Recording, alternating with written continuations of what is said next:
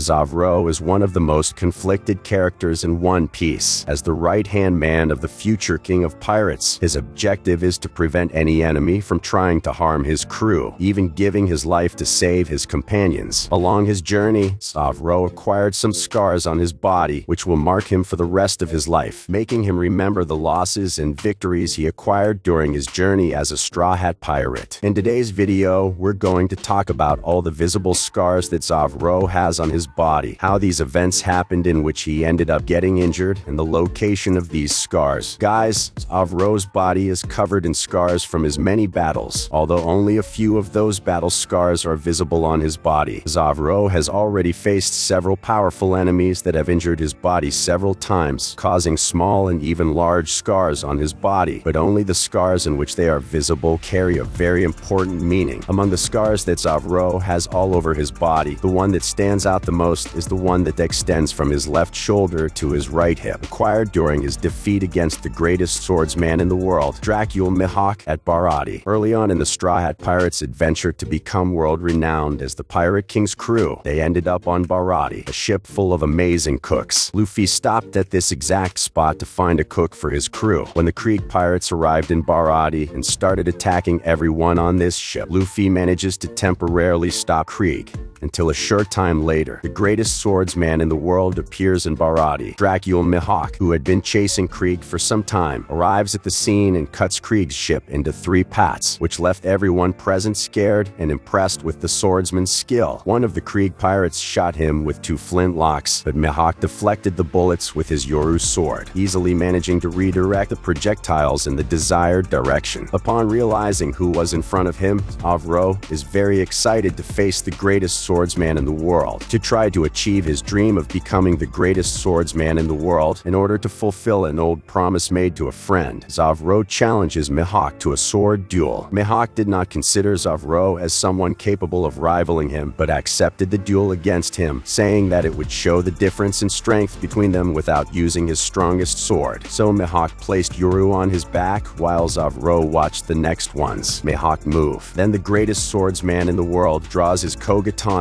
a small blade that is hidden in the cross of his necklace, to duel with the East Blue Swordsman, telling Zoro that he did not have a smaller sword, to further diminish Zoro's strength. In front of him, after Mihawk put himself in a fighting position, Zoro rushed towards the greatest swordsman in the world in order to hit him with one of his 3 sword techniques. But as predicted, Mihawk easily blocked all 3 swords with kogatana. After blocking Zoro's attack, Mihawk wonders what Zoro's purpose was, the motives that led him to confront. Zoro then unleashed a new attack, but Mihawk stabbed him in the chest before Zoro's swords could reach him. Mihawk asked why Zoro didn't back down, and Zoro replied that he wanted to fulfill an oath he made, so he'd rather lose his life than run away from combat, even more so in this great combat in which he could make his goals come true. Out of respect for Zoro's crush, Mihawk decided to end the battle with Yoru. Zoro charged towards Mihawk and performed his strongest attack, and Mihawk responded by breaking 2 of his swords and slashing him in the chest. Zoro turned to face Mihawk's next strike, avoiding the bigger swordsman slashing at his back, impressing Mihawk by stating that a wound in the back is a disgrace to a swordsman. Mihawk ended the duel by slashing him diagonally across the chest, holding back just long enough to allow that slash not to take Zoro's life. For Mihawk was able to see great determination and great mastery with swords, waiting for the day when Zoro became stronger to offer him a truly worthy duel. Zoro's captain, Monkey D. Luffy, pulled himself towards the Krieg pirates' ship to angrily attack Mihawk, but Mihawk dodged his punch. He then said that he allowed Zoro to live and called on his defeated opponent to move on and meet him at the top so that he could one day surpass him. Mihawk listened as Luffy shared his dream of becoming the Pirate King and smiled as a barely conscious Zoro promises Luffy never to lose again. He told the two that he was looking forward to meeting them again, but was then confronted by a vengeful Don Krieg. Mihawk had no further interest in chasing Krieg's crew, and when Krieg attacked him, Mihawk dealt the ship a final blow and departed before chaos could ensue. We can see that this scar of Zoro carries one of the hardest and most determined promises Zoro has ever made in his life, to never lose again until he becomes the greatest swordsman in the world. His other visible scars are the scars he inflicted on his ankles in a desperate attempt to break free from Mr. 3, trying to cut his feet in Little Garden. During his adventure, Zoro and the Straw Hat Pirate ended up on Little Garden, a prehistoric island inhabited by dinosaurs and giants. Zoro, ordered by Sanji to collect some food, challenged him to a competition over who would be the one to bring back the biggest piece of meat. However, the Straw Hats do not suspect that official Baroque Works agents were on their trail. They managed to easily defeat the giants that were on the island, in addition to Mr. 3, who managed to imprison Zoro, Nami,